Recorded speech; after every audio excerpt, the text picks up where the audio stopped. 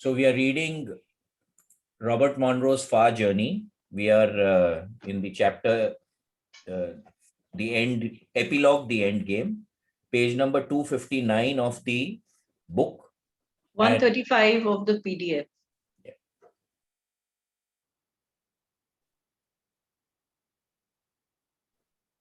Begin ego diet regimen. A frontal attack on this most entrenched and concentrated center of distorted emotion is contraindicated as not feasible. Much too many lose that battle, most never begin it. The trick is to start a cutoff of the emotional power feeds that are vital to its existence, modify and redirect the energy therein. Bear in mind that you are bombarded constantly with ego gratification ploys aimed at modification of your behavior for the benefit of others. The problem is in your emotional response, not in the blandishment itself and the consequential acts you perform. If you want to drive a luxury car simply because you enjoy doing it, that's fine. If it makes you feel more important or you like to be seen driving it, if you have to put my in front of the identification, you found an ego power feed. Keep this perspective and apply it when the need arises and act accordingly. So now this is extremely important. Okay, this paragraph. We are constantly feeding our ego. Now, how do you feed your ego? The ego gets fed by what others think of you. If there is no one around, then there is no ego, because you focus on ego only when others are around you. You have to make a comparison to feed your ego. So the more you create a center within yourself and you act out of what you would like to do, not what you would think that the other guy will praise you for or will look up to you for, then there is a diminished attachment to ego, right?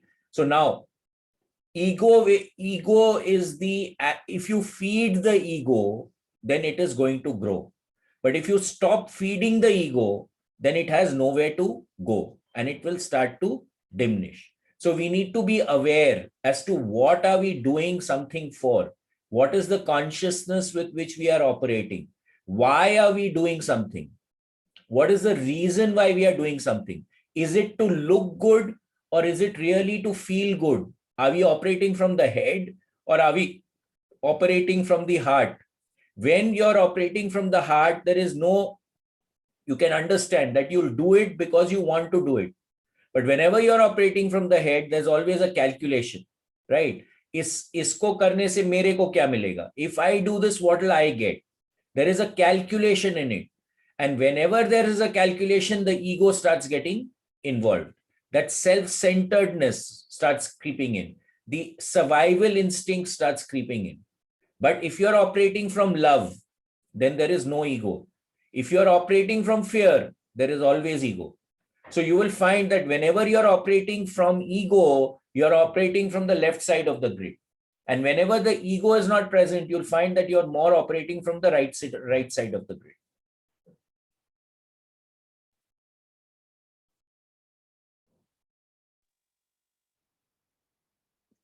The second source of ego emotional power feeds is internally generated.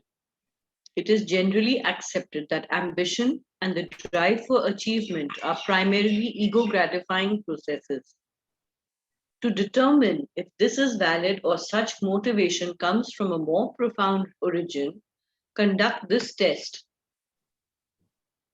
Will these needs be happily met if you in no way receive any public or private credit for your success? Are they absolutely essential to your physical survival? If the answer is affirmative to both, you're further along than you realize. Even the fame,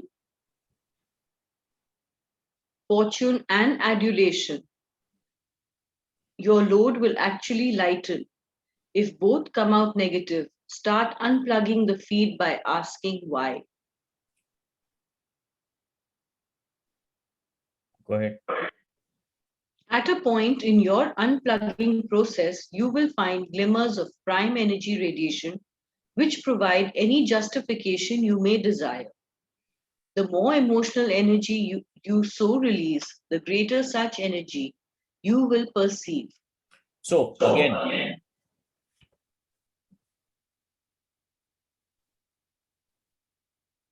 again, Shimangla, your mic.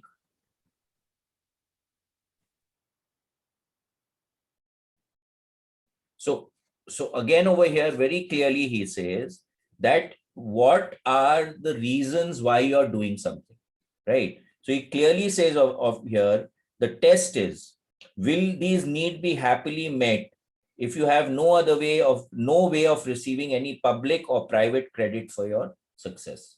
So if you're doing something and you're doing it because you want to do it, because it is something that you would like to do, rather than doing it for external adulation. That is one test. And the second is that is it essential for your survival, right? Now, if you want to do something, it is giving you internalized satisfaction, and you're really not looking to gain anything from that, but you're enjoying doing what you're doing for the sake of doing, right? Like we say, you do the activity for the experience. What was the term I used to use? For the experience the experience for the experience, right? Now, if you're following that, you're just experiencing an experience because you want to experience the experience, and there is no external issues attached to that, then you're operating in the right side of the grid. But if you're looking for external adulation, now you've performed the act, now you don't get the adulation that you wanted, now it becomes a problem for you, right? So that is what is ego driven. So we need to transcend that. And very clearly he says, the more awareness we bring to it, that is here, at any point in the unplugging process, you will find the glimmers of prime energy, right? So when you really truly just want to do something for doing that thing, right? And you're not attaching any emotion to that doing, that primordial energy will start to shine through. So if you see most of these sages, most of the spiritual leaders, they just do something for the heck of doing it. They are not interested in what the other guy will think. They want to do it, they'll do it. That's it. There is no calculation, no discussion, no argument. In fact, most of the highly spiritual people, they will not even discuss with anyone. They'll get an intuitive input and they will just do it. So they are living out of inspiration, or they are living out of zero. There is no calculation. There is no existence out of memory. The ego will always fall back on memory, that when I did this, this happened, right? So then it will color your actions today. Whereas if you're operating from inspiration and from zero, the memory part is, yeah, you will learn from your memory, but it's not going to color your action, right? That is what that glimmer of the primordial energy is talking about.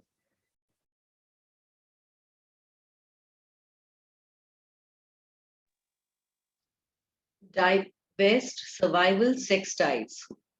Due to the need to protect and maintain until physical maturity the offspring of the reproductive act, many cultures have attached certain obligations thereto. While this is generally a pure physical requisite, many have taken the position of inference that far more is involved. The reproductive act is first and foremost a very powerful response to purely sensual stimuli. The response is not in itself an emotion, although the depth of the experience often causes fantasizing that it is exactly that, and of much greater import. To confuse the issue further, sexual union is one of the significant ways to express the SL emotion, found in the prime energy. So the sexual act, the prime reason for sexual act was procreation. Having said that, because we have started taking a lot of joy or enjoyment or excitement in that act, and because it gives that aha moment, at the time of orgasm, it will give that aha moment, which is talking about the SL emotion, the super love emotion, right? You experience it for that split second. And just to experience that, you think that it is the state which will take you there, and then you want to indulge in it again and again, but which is not true, because you're not existing in that super love emotional state. You're just experiencing it for that split second, right? But the idea that we are here for is to transcend into that super love kind of state of consciousness all the time, not just experience it for that momentary amount of time.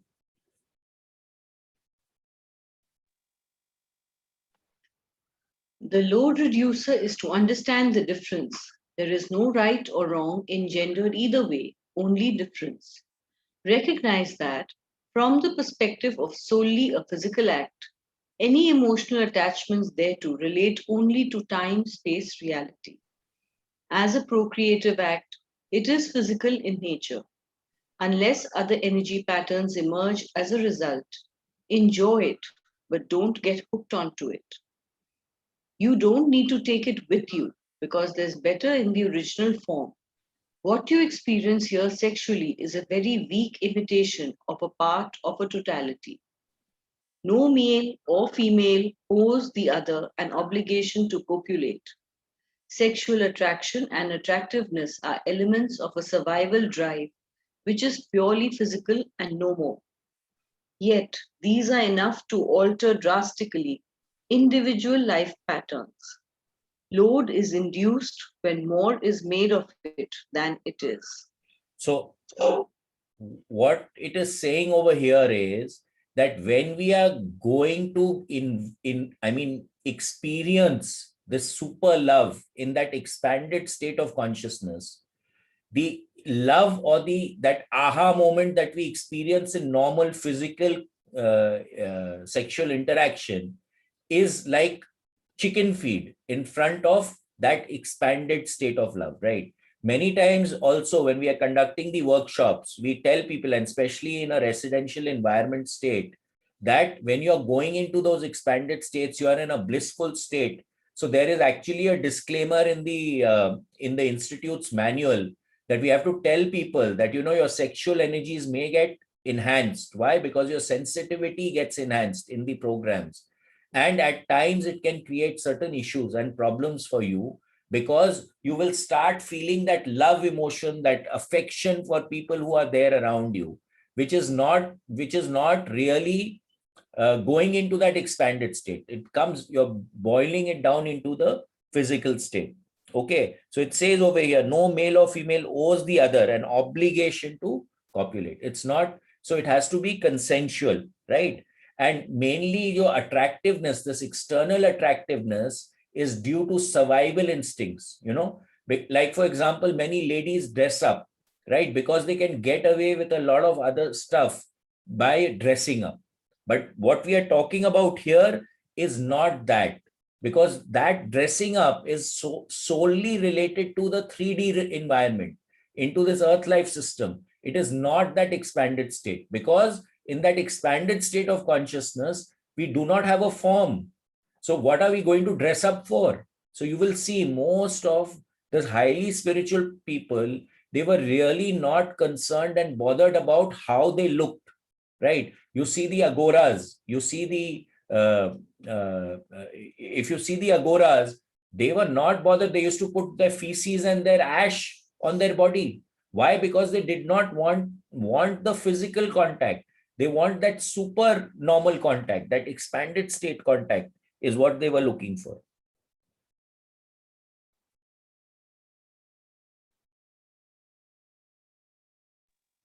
Sexuality is not love. If love is defined as an expression of prime energy, but may well be a procedure through which the individual eventually learns of its existence. If this does indeed take place, keep the love and release the sexuality, then no load exists. So this is exactly what is done in the Tantra practices, right? In many of the tantric practices, they actually use the process of the merger of the male and the female to achieve transcendental states of consciousness. So it says over here very clear, if keep the love and the release of sexuality, right, then no load exists. Now in Tantra, what they do is they want to prolong the internalized orgasm and not release at the physical level. So there may not be any ejaculation, but that internalized orgasm takes them into that altered state and allows them to exist to experience that super love. And then the more they can do it, the more time they can prolong that state of consciousness, the more connected they become with that primordial source of love, or the SL as it has been indicated over here.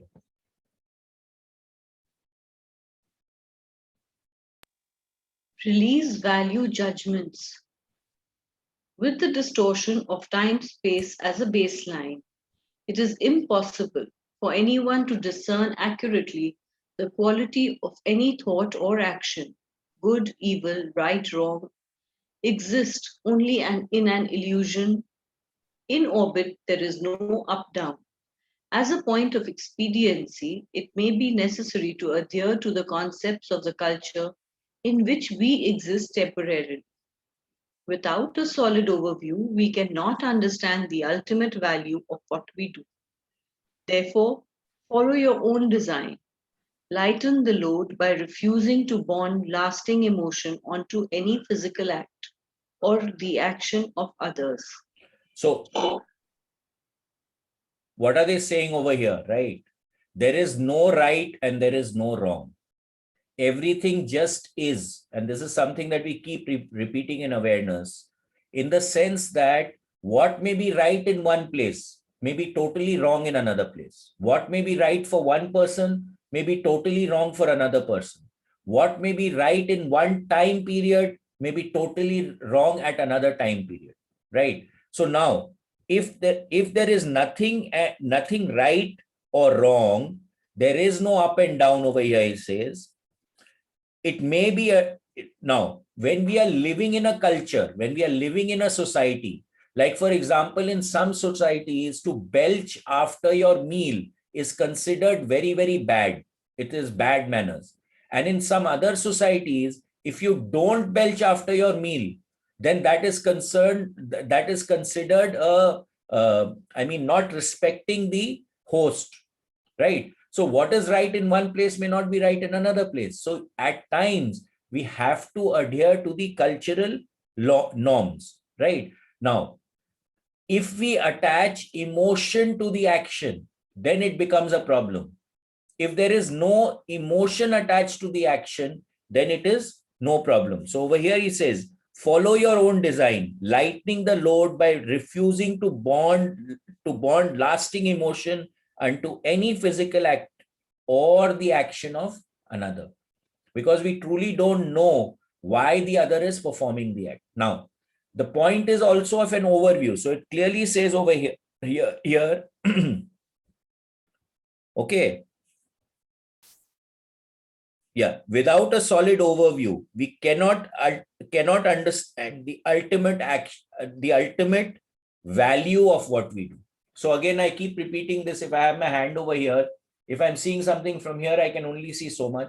If I see from here, I can see so much. If I see from much above, I can see so much, right? So depending on your view, the action that you're taking can totally shift. So what is your perspective of looking at that thing? If you change your perspective, what is happening can be totally shifted in one shot, right? So there is nothing right or wrong. The only point here is, let us not attach emotion to the action. That's it. And this is something that the Gita also says, right? That Lord Krishna says in the Gita that you have to perform the act. Leave the fruits to me. That fruits is not your department. What fruit you're going to get, if you're attached to the fruit, then that is ego driven. But if you're just doing the act for the sake of doing the act, then there is no karma also involved, right? So you transcend karma. You create karma only when you attach emotion to a particular action.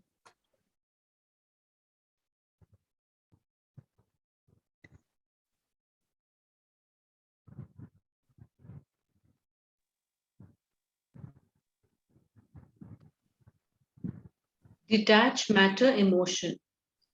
Physical things, places, etc. are units within time space to be enjoyed and to be used as tools in the learning experience.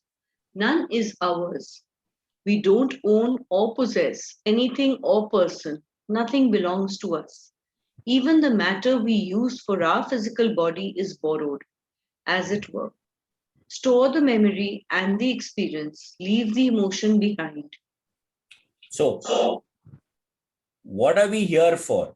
We are all here for the experience, for the learning, for the understanding of that particular experience. If we get attached to the emotion, then we are going to create a cycle of coming back. Okay, so we'll be operating in the inner rings. We are not graduating to the outer rings, so as to say. Right? Now, the point is that even this body, right, when the energy which is running the body, when we have our ultimate OBO, when the energy leaves the body remains, right? So ultimately what is there? That essence is borrowing this body to use it to experience certain things. So even the body is borrowed. It is not something which is our true essence, right? What is important is the learning that we get when we are using the body in our day-to-day life and the 3D experience.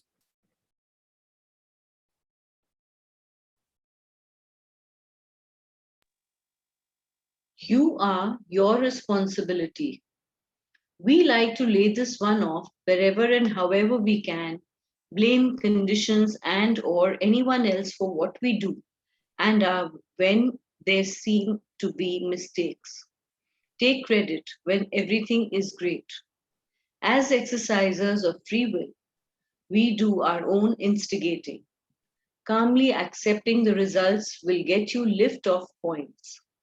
An old folk song with the title Ain't Nobody's Fault But My Own says it very well. Look it up. So ultimately, one second. So ultimately, we are responsible for everything that is happening to us. Okay. We keep blaming our circumstances. We keep blaming other people. But ultimately, if it is happening to you, like if you look at your life, so many things have happened to you, right? What is the common factor? The common factor is you. So you have always been present when anything has happened to you. Now we need to take responsibility for anything that happens to us and stop the blame game. Whenever you are playing the blame game, you will find that you will always be on the left side of the grid. When you take onus, when you take responsibility for what is happening, you will find that you will be on the right side of the grid. Whenever you're playing the game, blame game, you will find that you're depleting yourself. And the moment you stand up and take responsibility, you will start gaining energy, right? If I'm blaming someone, I cannot take action to rectify the issue because I've given the power to the other guy, right? Because if he or she does not act in a different way, I am not going to be able to do anything. But if I start taking responsibility for something, then I immediately empower myself to rectify the problem or the issue or the scenario, right? So it becomes extremely important. And this is one of the tenets of Robert Monroe, that ultimately when we are growing in consciousness, we need to take responsibility for ourselves. The blame game has to stop. Okay. Immediately putting the onus on someone else when you are told to do something or you have not been able to execute something, that means you are not doing what you are meant to do. It's very, very simple.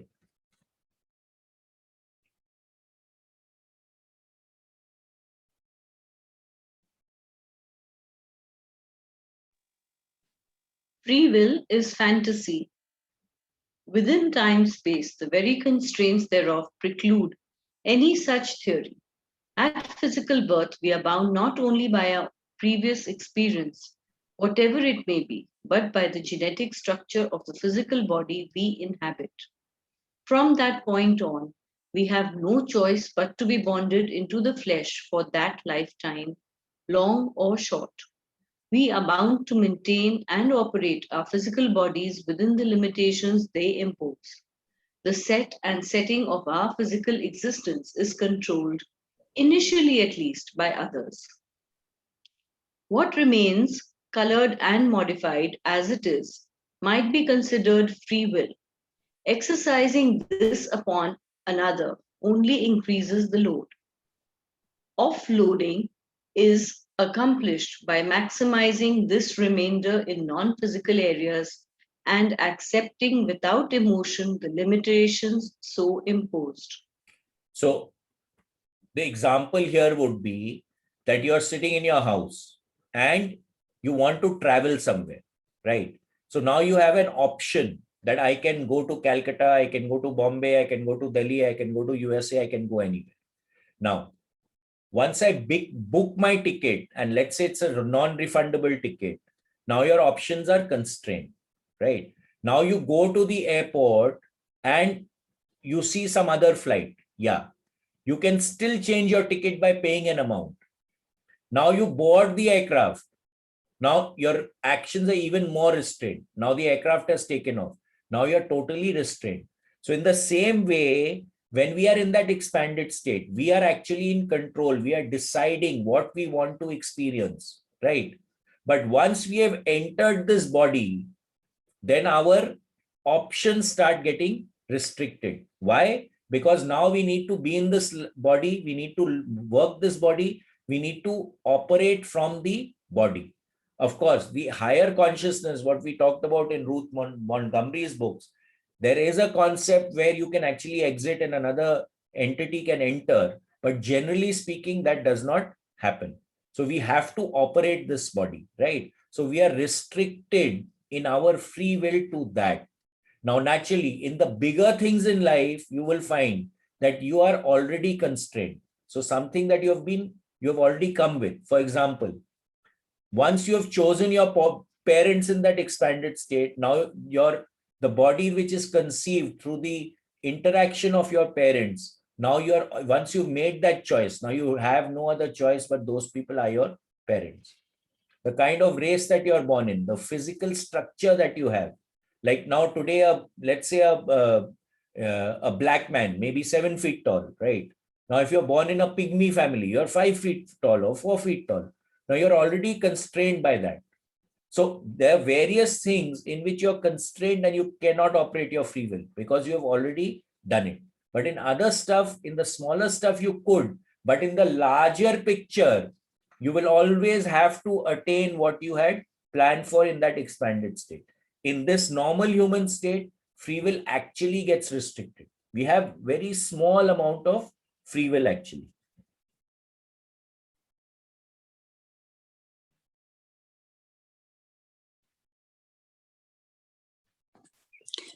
Niket, I have a question. Anaga Yeah, here. go ahead.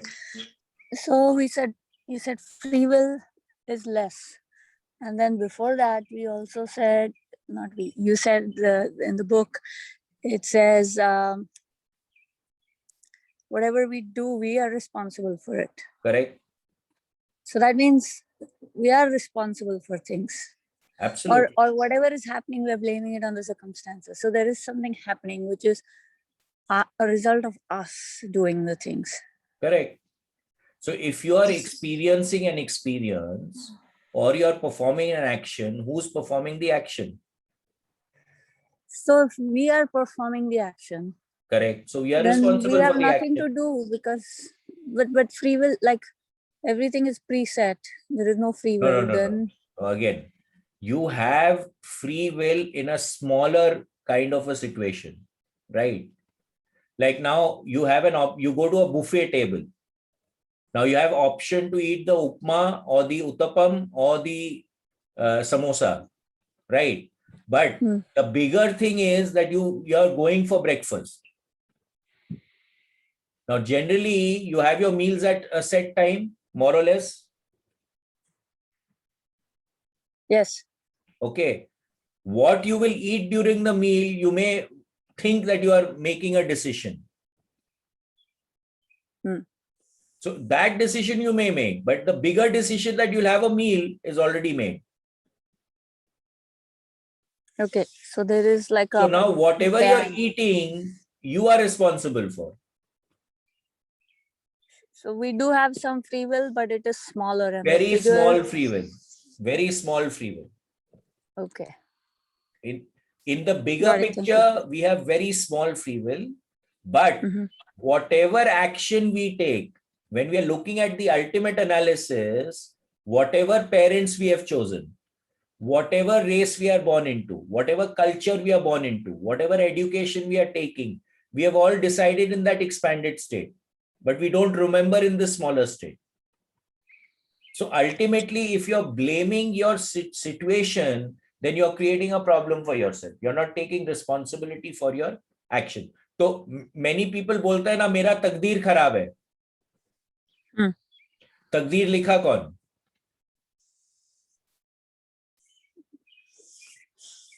So the bigger takdir is written already. You have written your takdeer na in that expanded state, that this is what I want to experience in this life. Okay. Yes. So who's Got it. responsible? We are responsible. Exactly. Got it now. So we need to take responsibility. Whatever is happening with us, we are responsible. No one else is responsible. Understand. Got it. Thank you. Yeah.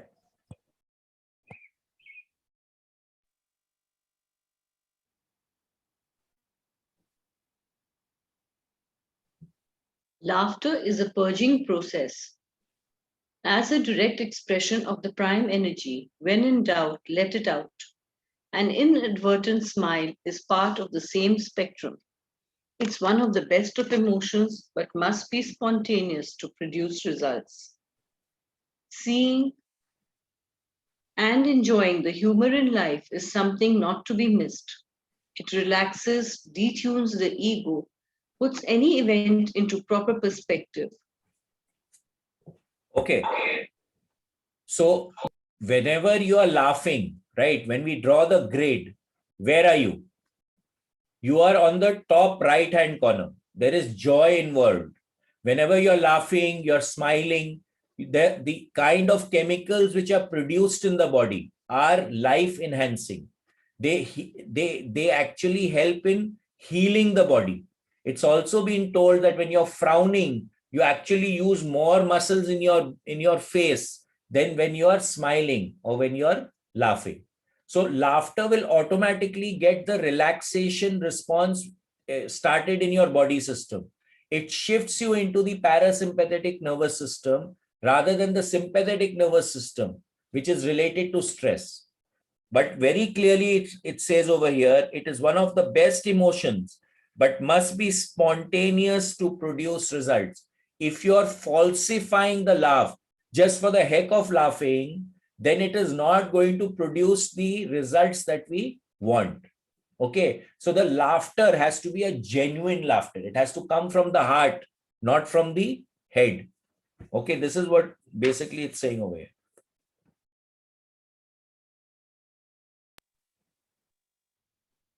Pain, pleasure, PP, is a learning curve.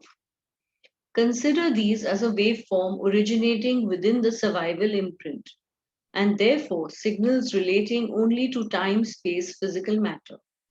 They are essential tools that can be used for measurement. Think of it as a sine wave, with pain below the baseline and pleasure above it. The amplitude of each is an indicator of intensity, which can be controlled. Step 1. Sort out and remove all emotional energy adhered to your PP accumulated memory. Step 2. Begin control of each portion of the waveform so that you can increase or decrease the amplitude at will. You are approaching escape velocity status when you can reduce your PP waveform to a near perfect straight line. So this is extremely important, right? Anything can be measured in a waveform. And the more balanced you are, the better your waveform is, more structured your waveform is, the more in control that you are, right? Now, if there is pain, if you will see that a saint will not be too excited by something which is nice and will not be depressed by something which is bad. Okay. They will maintain their equanimity. They will maintain their internal harmony. They will maintain their entire state of equanimity and equilibrium. The more you can maintain your equanimity and equilibrium, regardless of what is happening around yourself, the more stable you are. So the less affected you get by pain and pleasure, the more evolved you automatically begin. When I get perfection in my evolution of pain and pleasure, that I'm not too kicked. I don't get a too big a kick by something which is nice happening, and I don't get a total depletion and a breakdown if something bad is happening.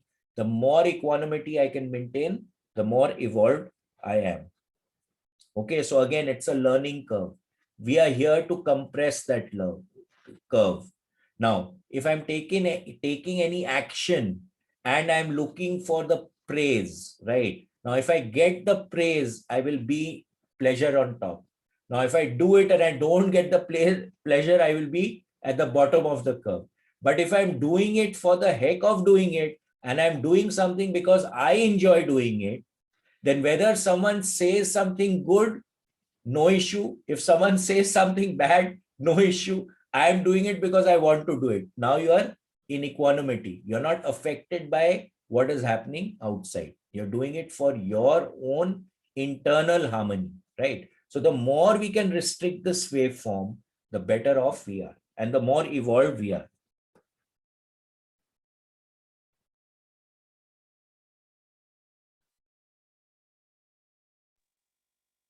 Maximize your sleep periods. This is the most neglected and misunderstood portion of our existence.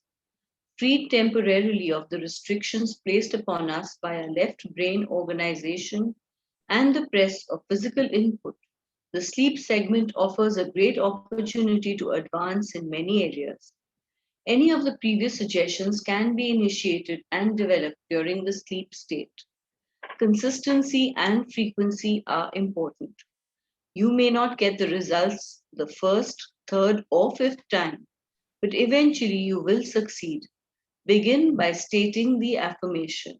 So sleep is actually a very, very important part of our existence. The body heals, repairs, and maintains itself during our sleep. We have seen in this book that when we are asleep, we go to night school, right? A lot of learning takes place in the sleep time. But as a modern society, we have started to eat into our sleep. Number one of the first thing that creates a problem is screen time. If you're watching a screen before going to sleep, then the pineal gland, which actually is responsible for the secretion of melatonin, which allows us to sleep, it is light sensitive. So if there is light diodes emitting onto the pineal gland, it still thinks it is daytime. So it will not release the melatonin required for our sleeping purposes. Okay. Now, if you're not able to sleep properly, it automatically creates problems for you. Now, what he is saying over here, the next paragraph, is basically the gateway affirmation. Now, affirmations are a very powerful way for us to send messages to our subconscious mind as to what we are really desiring for things to manifest, right? So he says over here, one of the ways in which that we can actually improve our sleep pattern is that before we go to sleep, if we set our intent that what do I want to achieve during the sleeping time, then I can utilize and structure my learning and experiences during that time when I'm asleep. Okay.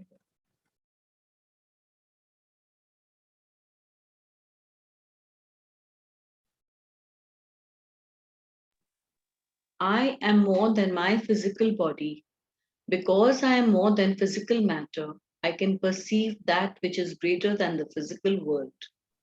Therefore, I deeply desire to expand, to experience, to know, to understand, to control, to use such greater energies and energy systems as may be beneficial and constructive to me and to those who follow me. Also, I deeply desire the help and cooperation, the assistance, the understanding of those individuals whose wisdom, development, and experience are equal to or greater than my own. I ask their guidance and protection from any influence or any source that might provide me with less than my stated desires. So this is basically the affirmation, or the in the excursion workshop, as well as what is used in all the 6-day programs of the Monroe Institute. And the affirmation, the gateway affirmation, basically is a declaration. And the only thing that in the Monroe Institute we tell you to adopt is that you're more than your physical body. That's the only dogma that is there in the Institute's entire philosophy. Then you have to set your intent as to what am I wanting to do in this exercise or in this experience that I'm going to have. In this case, when I'm going to sleep. And the third part is asking for help, right? We have to ask for help. And that is a very, very powerful quality in itself. Most of the time, because we are ego driven, we do not reach out, we do not ask for help. Now, when we are going into these expanded states, we can reach out and ask for help and support, which is always there. These entities, these spirits, they're always there. We've seen in the readings of the examples that the explorers had, right? These entities used to come and help them. We've experienced what was happening there with Robert Monroe himself, that AA was actually him, and he himself was going out of body to help himself. Why? You're existing in a slightly different time plane of concept. So we need to reach out and ask for help. So that's what the gateway voyage does.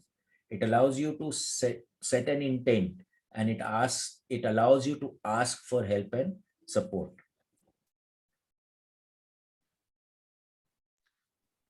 Say it first as words in your mind, just as you're drifting off to sleep.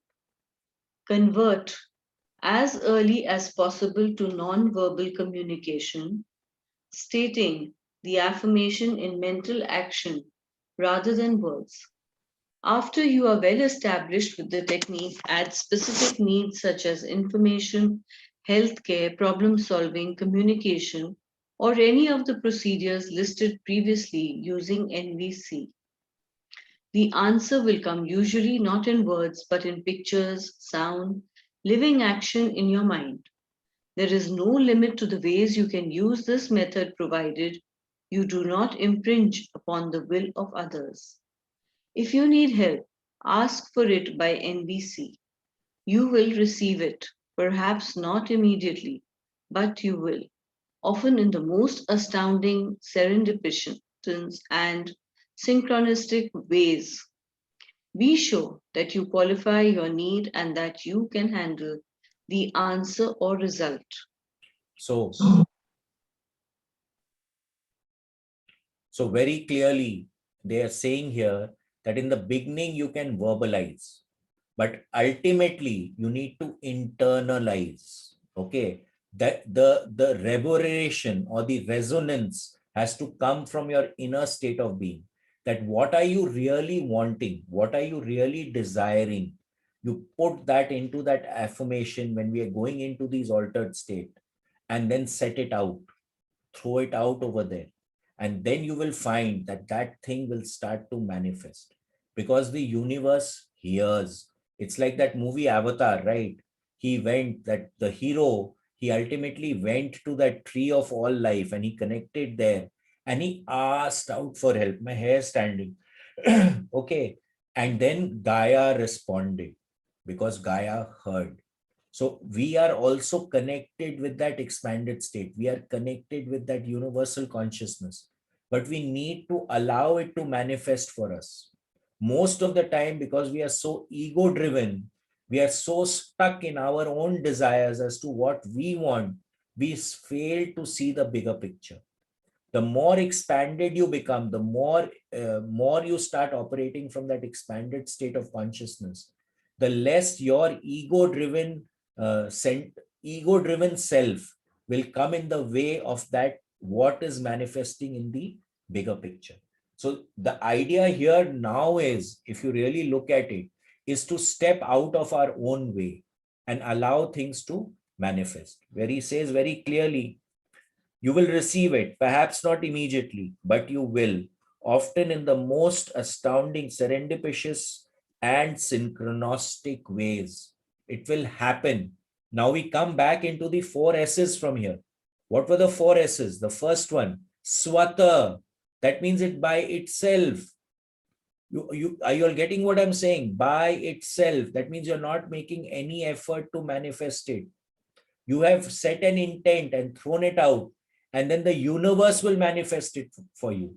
Now, if you look back in your life, most of the things which have really created shifts in your life, which has transformed your life, have come by themselves. You've really not worked for it. The second S, Sahaj. That means it's easy for you to do. So anything that is aligned with the universal consciousness will be easy to do. It's not going to be hard. It is going to be effortless, not effortful, right? Shresht, that means under the situation, it is the best for all concerned. Now, many times what will happen here is that your ego-driven self will not consider something which is good for the whole. Why? Because the survival mechanism starts to kick in. But when we are operating in higher states of consciousness, you will find that the greater good will start to take precedence over your individual good. And that is the state of consciousness that we want to elevate ourselves to. And the last and the fourth, not the least important, okay? All are equally important. Acceptance, right? Swikar. That means we have to accept what is coming. The problem with us is, most of the time, if you look at your lives, how many times are you saying no and how many times are you saying yes? Believe me when I tell you this. Of course, we have been discussing all this for a long time, so most of you must be more aware of it and conscious of it. A normal human being will be saying no at least 90% of the time. The point is to create that shift, to start allowing things to manifest rather than creating a block for them to manifest. Start saying yes, and you'll see that life will start to move much quicker and in a much more powerful and a more uplifting kind of way. So this is what he is saying over here very clearly, right? That we need to step out of our way. We need to get into NVC, non-verbal communication. We have to become transmitters that, okay, this is what I'm desiring, that boom, that's it. Now forget it. Once it's gone, it's gone. Now do what you need to do in the present. Leave the bigger picture to the universe. Focus on the smaller things. You can pay attention. There's this book called Blink. In that, he clearly says that in the bigger picture, we just need to take a gestalt of what is happening and then intuitively do what needs to be done. In the smaller things, we can pay attention and use our intellect, the small mind. But in the bigger things, you need to allow this guy to work. This guy doesn't know anything. There's no point in allowing this guy to work. This is totally ego-driven most of the time. Okay, so this we need to shift into this connection rather than remain in this connection. Niketji, Yeah. would there be a confusion to understand which is the smaller and which is the bigger? That is where your awareness starts to come in, right? If something has just popped into your consciousness and you've not really consciously been thinking of it, then pay attention. And then the more attention you start paying to this, the finer it is going to become. And then slowly, slowly you'll shift into operating in that level of consciousness. Like I was saying that in the Zero Limits book, when we were hearing Dr. Hughes and Joe Vitale's talks, he said that you can operate in 3 levels. One is from memory. The other is inspiration. The third is zero, right? Our endeavor has to shift from memory to zero. Now, when I'm operating from here, where am I operating from? Left. No, left brain, but where? Out of the three, memory, inspiration, or zero? Memory. We are operating from memory, right? So can what you have already experienced encompass all experiences? Mhm. It can't, right? There are so many things in the world that you've not experienced. So now if I'm operating from inspiration, even in a situation which I have not experienced previously, I can act in the way that I need to act because I'm inspired to act in that way. When I come into zero, then everything is happening and I am not taking any action, right? So everything is happening and nothing is happening at the same time. When I come into zero, our endeavor as we are right now should be to shift from at least memory to inspiration. Allow this guy to work. Okay, that's the game that we are playing over here. Okay, got it. Thank you. Measure your load energy ratio. At physical birth, we enter physical life into a presumed innocent consciousness. The path to adulthood and your progress along it can be termed a loss of such innocence, scaled by the number of responsibilities you have willfully assumed, as created by your authoritative acts. Maturity, which is not the same, is calculated by totaling the percentage of illusions you have released and discarded, deliberately, not forced disillusionment. Wisdom, the lightest and most valuable of payloads, and your progress along the interstate highway, there too, are reflected in your willful action, mental and physical, as the result of your release of such illusions. The detoxification, load reduction, purging process can be interpreted as simply the sequence of these three: adulthood, maturity, and wisdom. You ultimately are your own instructor and you will fill out your own report card. So now this is extremely important, and we pay a lot of attention on this paragraph literally in the Gateway Voyage, right? Robert Monroe's first talk in the Gateway Voyage is absolutely about this. So now when we come as a child, we are a clean slate. There is nothing on that particular slate, right? Now, as we start learning about things, we start filling our memory banks. Like now, for example, a child has not experienced touching a hot plate.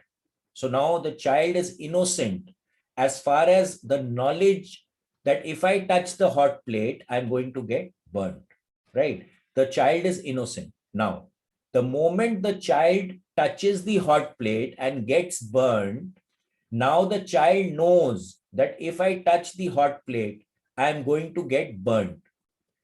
Now, going forward, if the child again touches the hot plate, then is the child being responsible or not being responsible? Because the child already has that experience that if I touch the hot plate, I'm going to get burned. Now, he can start playing the blame game here. Mummy left the hot plate on and I touched it and I burnt my hand. But who is ultimately responsible? Right? So when you're going into adulthood, from a child, you're going into an adulthood, you need to start understanding and start taking responsibility for your acts. For any act that you take, the first step in this growth process is you need to be responsible for all your acts. Okay. Then as you start maturing, you start having a discrimination to understand what is real and what is not real. So what is real and what is an illusion? You have to start understanding of that process. And then when you're going into wisdom, is that the number of illusions that you've discarded, the more illusions you eradicate from your system, the more evolved you ultimately become. So if we start with innocence, we start building our memory bank, then we are going into, again, when you look at it from the zero limit perspective, again, you're going into arriving with intuition, right? You're living from inspiration when you start to become more mature. So when you're living from inspiration, your illusions automatically start to get discarded because you're not operating out of memory. And then when you come to zero, you start operating out of wisdom because you know you've transcended, and then you're evolving from there. And that is when your payload over here, what it says, the energy required to operate anywhere, right? That reduces when you start operating from wisdom. And the last thing over here says, you ultimately are your own instructor and you will fill out your own report card.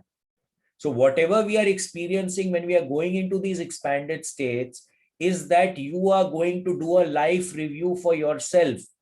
What was it when in that expanded state? What is it that you wanted to experience in this life? You're going to go back and then you're going to review it yourself. That did I achieve what I wanted to achieve in this lifetime? If I didn't achieve it and I would still like to achieve it, then you're going to come back into this earth life reality to experience it, right? And that's what, when you don't realize that you've transcended, you'll get stuck. When you go there and come back enlightened with the experience that you've had, then you are in the growth part. But if you get stuck, then you are stuck. So non-attachment to the action is also where wisdom will lead you to.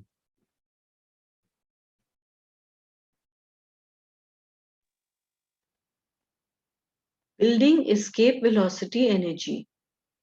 It will begin to generate automatically as the result of the human learning experience, more than enough to achieve a tangent to your previous orbit when you graduate. It is the understanding that the action suggested here may help in such production. Then no longer will you reflect and transform the prime energy as in the past, but create it in and of your own and radiate it in all ways, in all forms. Call it loosh, love, or whatever label fits, without need for subject or object. So once you achieve that wisdom, once you achieve that, that expanded state, then you're no longer stuck in the earth life system. You have the free will, or you have the authority to come and go as you please, because you are connected with that primordial source of energy.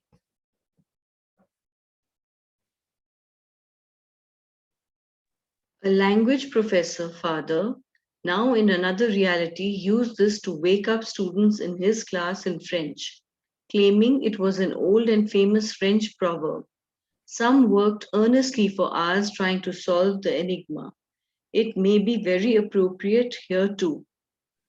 To find the solution, say it in your mind or vocalize it using a French accent. Listen to what you are saying. See you in home or along the way. So you're actually saying this to yourself, right? See you at home or see you along the way. So what are we doing? We are wanting to see ourselves along the way, but the ultimate thing is that we want to go home from where we actually came. Okay, I think we can stop here.